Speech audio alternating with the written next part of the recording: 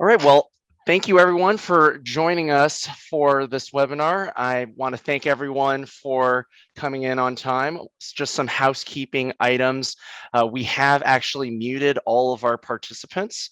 However, you are able to go to the chat room and ask questions. We will actually have all of our panelists available for any questions that you have, as well as Dr. Laffer. We will not be having a Q&A session at the very end. Instead, we will get these questions directly to Dr. Laffer and any and all of our panelists. So please let us know your thoughts or share with us any questions that you have. So before we continue, what I'd like to do is introduce Bill McDonald, who is our CEO over at My Financial Coach. And so I'm going to turn it over to him right now. Okay, well, thank you, Empo. Well, this has been a kind of an interesting week and actually last 6 months with tax reform pending, with the market fluctuating, with inflation taking off. And we're so happy to have Dr. Arthur Laffer, who is one of our shareholders and directors, able to address us today. It's kind of interesting. I looked at the attendee list earlier today, and I see we have a diverse group of folks here. We have lawyers, CPAs, physicians. We have executives from community banks and credit unions. Many of those are our clients who are utilizing our services. A lot of people from the agricultural world, people who own farms and so forth, small business owners, which is the core of our business. And I even see a student of economics, maybe here to learn a little bit more about the Laffer curve of economics. So what I'd like to do, because I think a lot of you are not familiar with My Financial Coach, I see a lot of new names on the list today. So I just want to walk through a couple slides, give you a brief overview of how My Financial Coach works and how we work with our clients. See, we put this organization together about 3 years ago, Dr. Laffer, myself, and like-minded CEO group investors to basically address maybe a small market problem that's out there today, and that's unbiased, unconflicted financial advice. See, the challenge people face is in this complex world of all these financial instruments that are out there. And many of you who have stock option plans, or you might have deferred comp arrangements, pension plans, incentive comp, insurance programs, a lot of your key employees really don't know how they work. They're overwhelmed, they're busy, they're running in all kinds of directions, and they don't have time to focus on their own personal financial needs. In fact, a recent study said that 80% of people don't read the benefit information sent to them by human resources. And a lot of you small business owners are looking for a competitive advantage. So you have to find unique programs on the market like deferred comp, phantom stock plans, and so forth to attract and retain the right type of people. But a lot of people just don't understand the depth of these programs and how they can be best utilized. So what do? They reach out to their advisors. Maybe advisors with like Merrill Lynch, Morgan Stanley, UBS, some of the big wirehouses that are known for their investments and handling investments for people. So they're not compensated or trained in the coordination of workplace benefits. They're often selling products, not really focusing on education. At My Financial Coach, our CFPs, who are all fiduciaries, do not sell products or services. They're there to educate you and to bring more answers to your financial plan. Most of these advisors that people interact with just don't have the bandwidth, the time, or even the incentive to hold people's hands and educate. Next slide.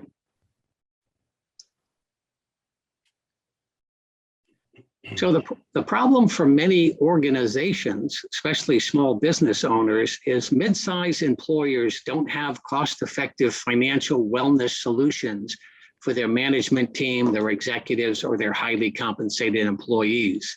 The current programs that are available out there are really costly, and they're designed for C-suite executives of major companies. If you work for ExxonMobil, AT&T, or any of these major companies, your key employees would get this as a perk. but how does a mid-size or small business afford to do this? Well, that's the secret sauce of My Financial Coach. We put together a technology platform. We have a team of certified financial planners that work individually with clients, not a call center, but they actually get their own certified financial planner. And the cost of this program is probably less than a Starbucks a day per month. So it's affordable. It's something that helps organizations communicate and educate their key employees on their benefit programs so that they can better utilize them with their own personal assets. Next slide. So the pandemic has really added a lot of financial stress, and it's impacting the bottom line of many businesses. 45% of employees say that their finances have been a distraction at work. In fact, this study from PricewaterhouseCoopers said that the average employee spends between 3 and 4 hours per week of company time working on personal financial matters. That obviously has to impact productivity. 72% say in this study they would be attracted to another company that cares more about their financial well-being than their current company. That obviously has to impact retention. And 57% say they avoid having a medical issue addressed due to cost. Maybe they're selecting the wrong type of benefit programs at the end of the year. That's not only has an impact on their health, but it obviously has an impact on their productivity. Next slide. This is an interesting quote from a human resource vice president that I found recently. He said, "One of the mistakes that I made in determining a benefit package was assuming that if I paid our team members well and gave them good health benefits, they'd be well set up for taking care of themselves financially." Major mistake. I think we think that because people have responsible positions within your organization and they earn a lot of money, that they're taking care of themselves. A number of years ago, a human resource vice president of a major technology company in San Francisco told me that she had a PhD scientist who was a very smart individual, let over $1 million of stock options lapse. And when she went to him and said, "Why did you let them lapse?" He said, "Because I didn't have the cash to exercise those options." She said, "Why didn't you use a cashless exercise?" He said, "I don't know what that means." So even though you may have people that are very diligent on their jobs, very smart individuals, you pay them a lot of money, don't take for granted that they know how to handle their finances. And I think My Financial Coach can help bridge that gap. Next slide.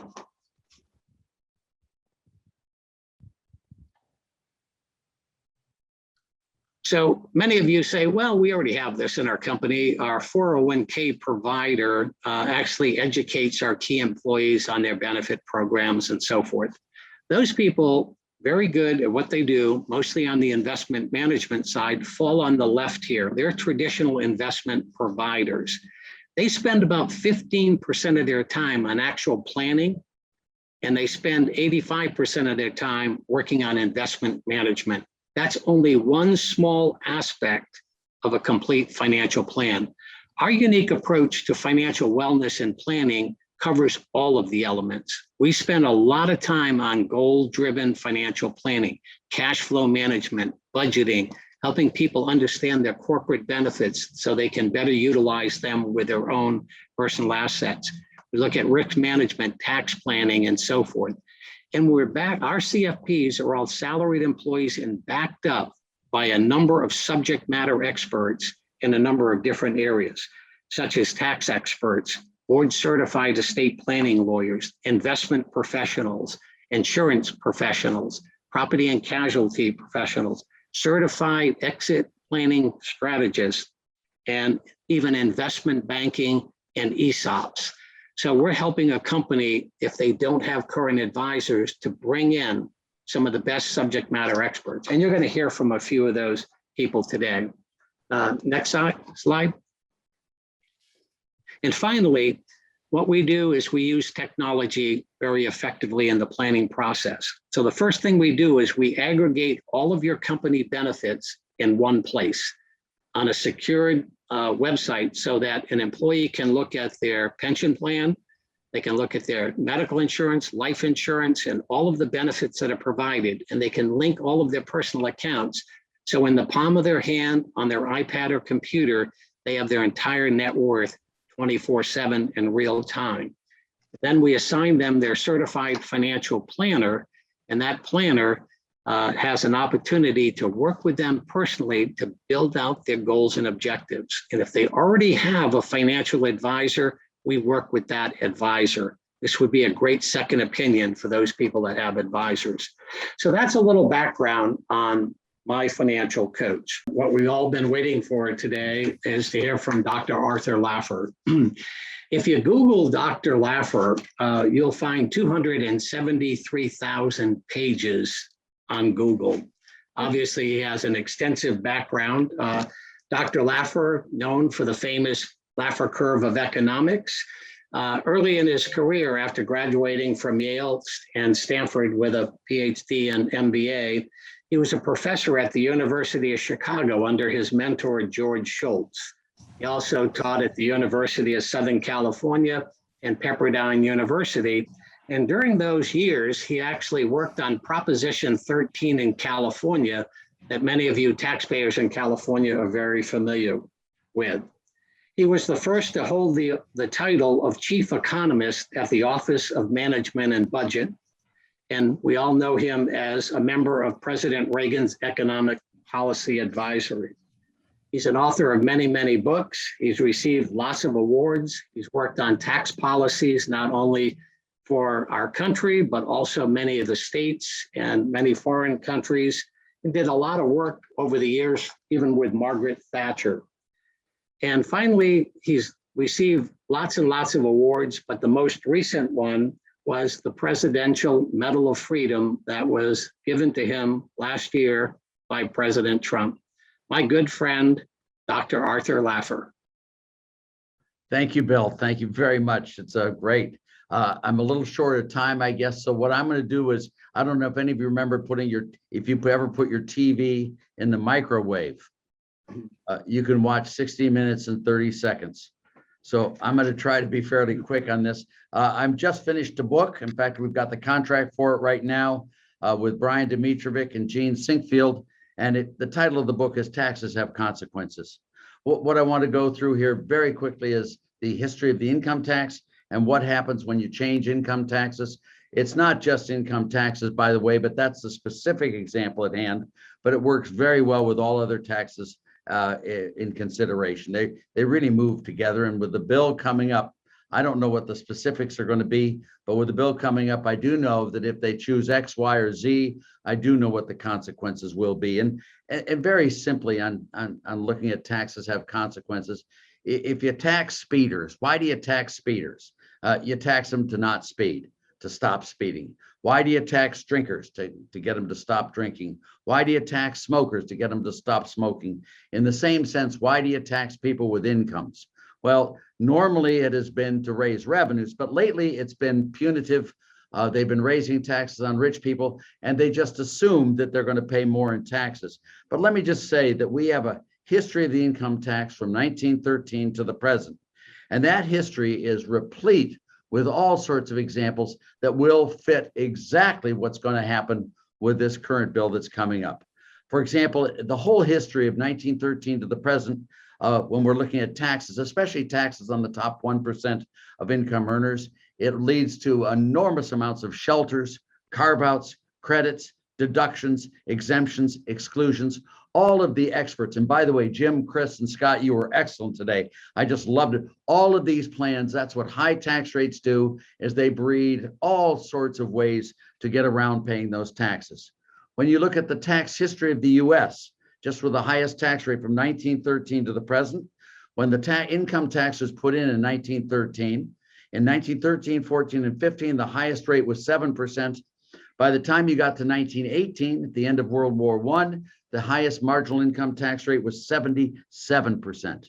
During the 1920s, that number went from 77% down to 25%. In fact, one year with a retroactive 1% tax cut, it went down to 24%. If you look at the results of this period, I mean, the economy slowed down very much when it went up to 77. In the 1920s, they were called the Roaring 20s. As they came way down, those taxes came way down. And then if you look at 1929, we had the Smoot-Hawley tariff. The market started its crash in 1929. The Smoot-Hawley tariff was signed into law in May of 1930. The market had fallen by 95% during this period. We're in the midst of the Great Depression. The infinite wisdom of our Congress and our president at that time, Herbert Hoover, was to raise the highest tax rate again retroactively on January 1st, 1932, from 25% to 63%. Roosevelt won the election, and the tax march went on. From 1929 to 1981, taxes averaged over 80% during that whole time period. It was one of the worst economies in U.S. history, and the special damage was done by raising tax rates on the rich. The most important factor was the poor really got hammered. The poor, the minorities, disenfranchised, far from being benefited by high tax rates, they were killed by high tax rates on the rich. It may seem incongruous to you, but you know, the rich are the ones that do the hiring, the rich are the ones that do the investing and all of that. When you raise tax rates on the rich, investments, hirings go way down, and the real people damaged are the poor, the minorities, the disenfranchised. It's amazing what happened. It's just plain bad economics. If you look at the relationship between average incomes of the top 1% and those tax rates, it's almost a perfect inverse relationship. The higher tax rates go, the lower average incomes go, and that is the whole period from 1929 through 1981. If you go on from that period, you can see all the damage done to the economy with higher tax rates. Not only does it hurt reported incomes of the rich also get hurt, physically get hurt on financials. It's bad economies, and also it increases poverty quite substantially.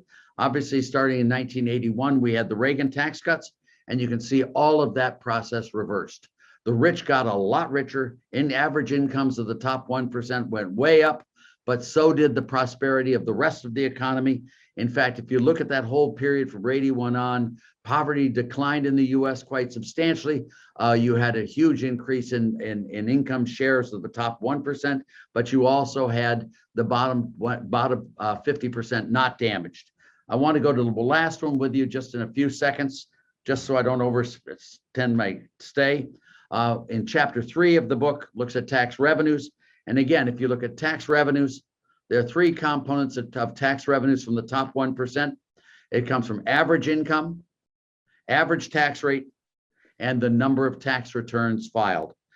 Just to look at the number of tax returns filed, it's quite amazing. In the number of tax returns filed, you can see that from, I think it was 1916, there were 4,300 tax returns filed, not very many really.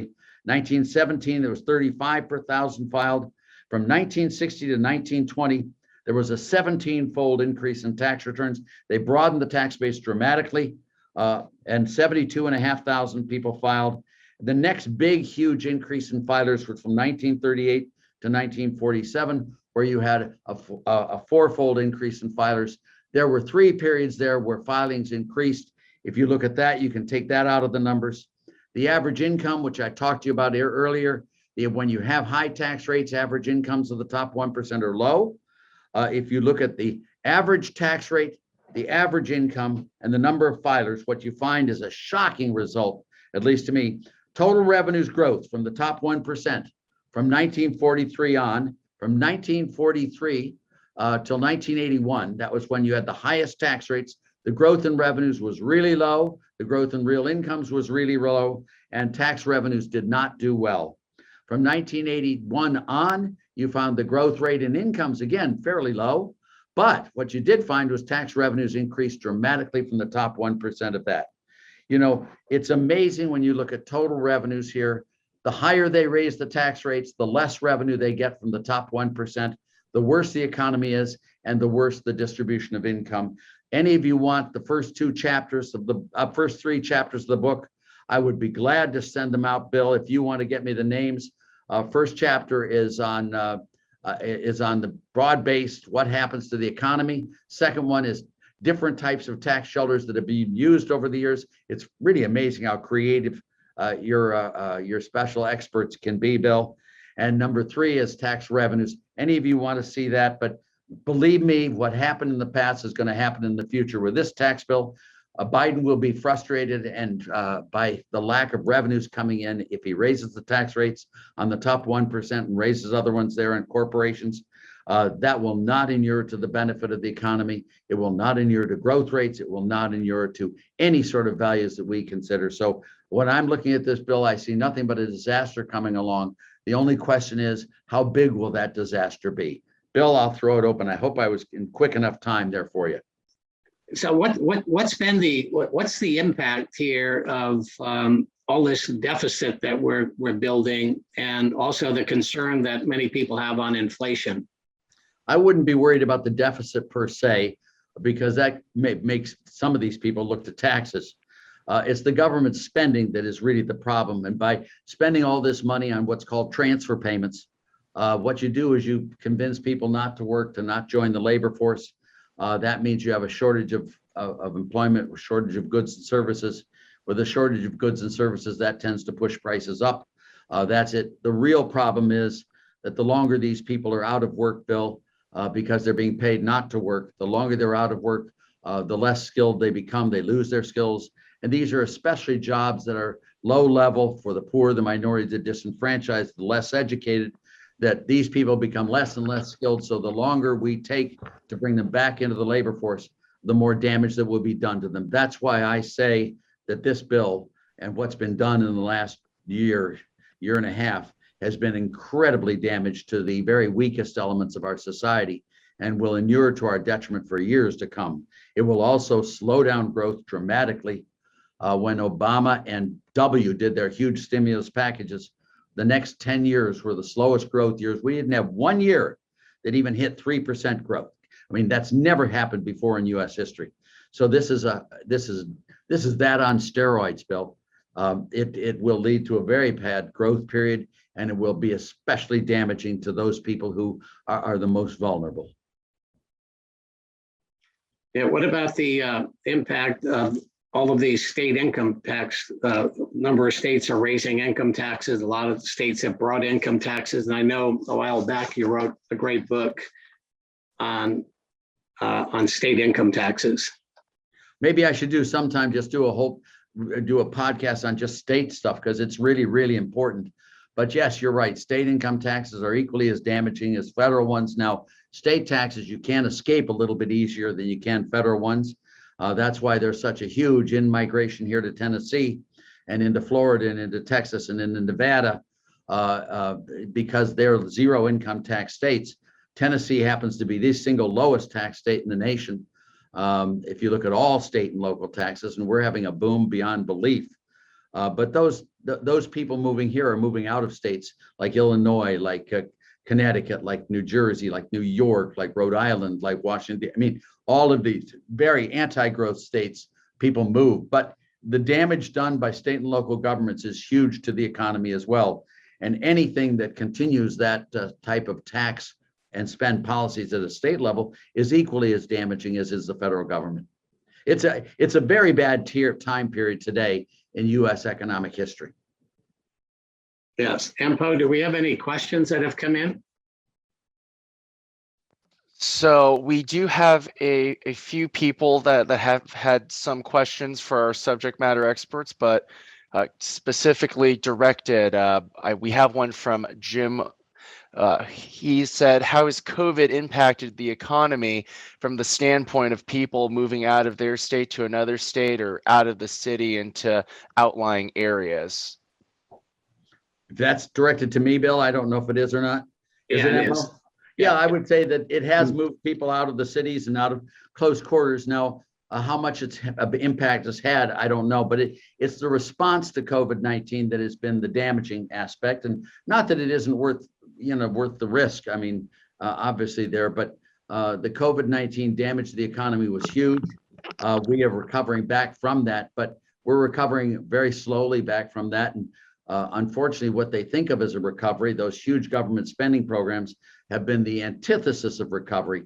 What they have done is just make sure that people never come back to the labor force, and that's the real problem. And it's really, I've had the numbers there, and I don't have them now. Our participation rate went from 66 to 62, I think, to 58%. It's been a huge collapse in the participation rate, and that isn't going to come back. I mean, we're not coming anywhere near the growth rate we need to go back to where we were before COVID hit.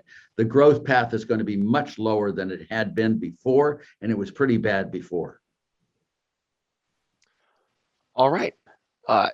Now, what I was hoping that we could do is, if there were any additional questions, people can, of course, send us emails. So do not worry.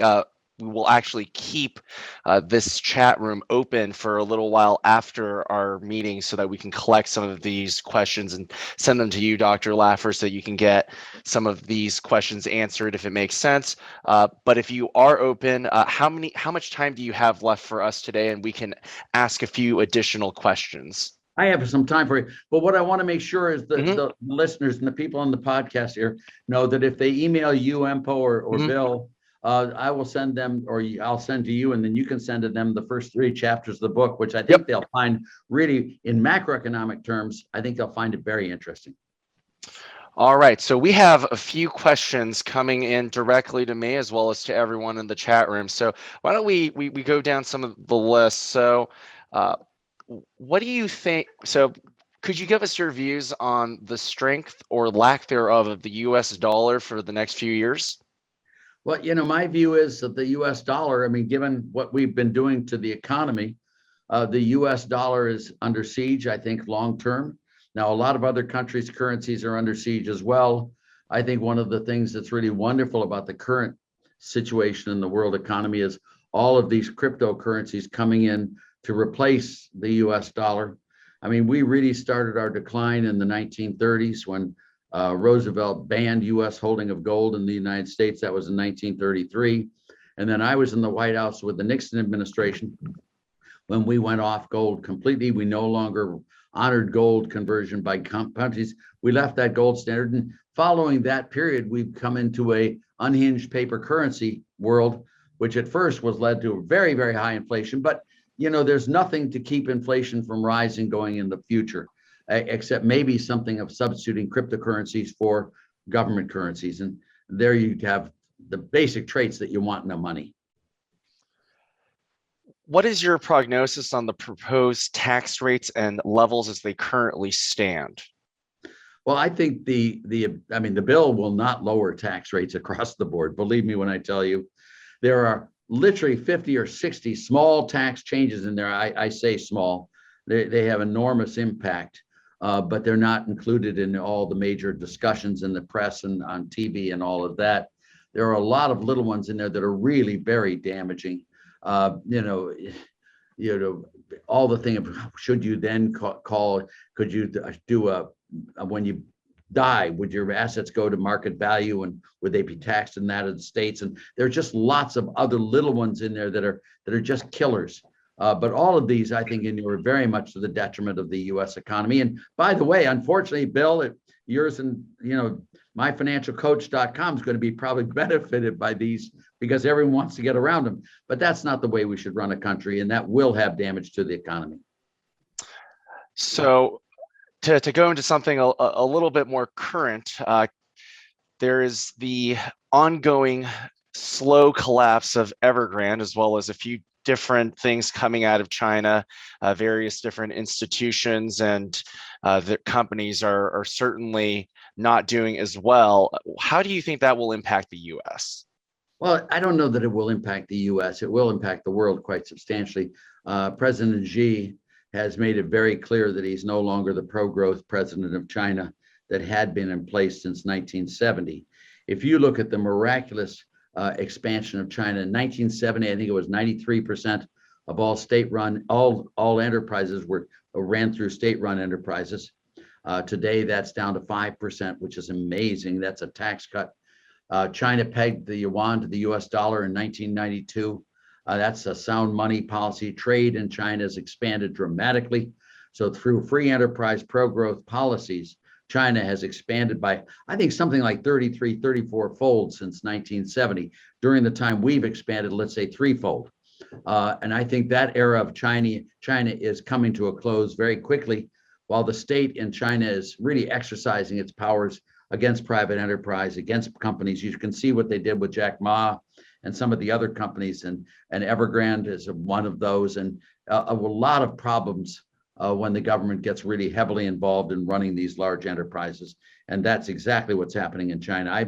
I'm very concerned about China's policies, and that they too are not going to be pro-growth. And the last thing we need in this world are countries that are declining or in poverty or desperate. They don't act well. I mean, if you want a poor country and see what type of damage they can do, just look at North Korea. There you got one. Look at Syria. Look at Iran. Look at any of these countries that have run anti-growth policies. They become very dangerous very quickly. You know, the more prosperous the rest of the world is, the better off it is for us, my view. So in the tax bill, there's a lot of talk about income tax rates as well as taxes on capital gains. There is also the upcoming estate tax rates that may increase. Does this actually have a direct impact on the economy, or does it have as much of an impact as playing around with the income tax rates and the capital gains taxes? Is there one that is more important than another, or do you think that in general they impact the economy in essentially the same way? But you're experts, Empo, if I may say. If you listen to them, they are really experts at doing this. And what they do is they find the loopholes that goes around. But bottom line, it still hurts the economy. You know, what we should have is a low rate, broad-based, flat tax, like I did for Jerry Brown when he ran for president in 1992. No deductions, no exemptions, no exclusions. You pay the same rate on the first dollar as you do on the last dollar. We added a 13% rate. That's the dream. That's the North Star. That's where you want to go. And what this bill does, and what these people have done, and I mean these people, these control freaks, what they have done is they've tried to make it more complicated, more confusing, higher tax rates, so that they can gain more and more control of the economy. When an industry or an economy does badly, the government steps in and takes control of that enterprise. And that is exactly what you're seeing in the US today. I mean, there's not one asset. You can't even fly in a plane without 27,000 government edicts on that plane. It's just amazing. And that's what's going on. And that is not good for pro-growth policies. That's not good for prosperity of the US in the long run. Now, there's going to be an election in 2022. There's going to be an election in 2024. And let's us see what happens. But unfortunately, COVID-19 allowed an opportunity for a massive intervention in the economy by governments. And that's exactly what happened. All right. Yeah, thank you today, Dr. Laffer, and we'll continue, as Empo said, to take questions in. We'll get them to Dr. Laffer, and we want to thank you all for attending today, and thank you, Dr. Laffer, for spending time with us. Thank you, Bill.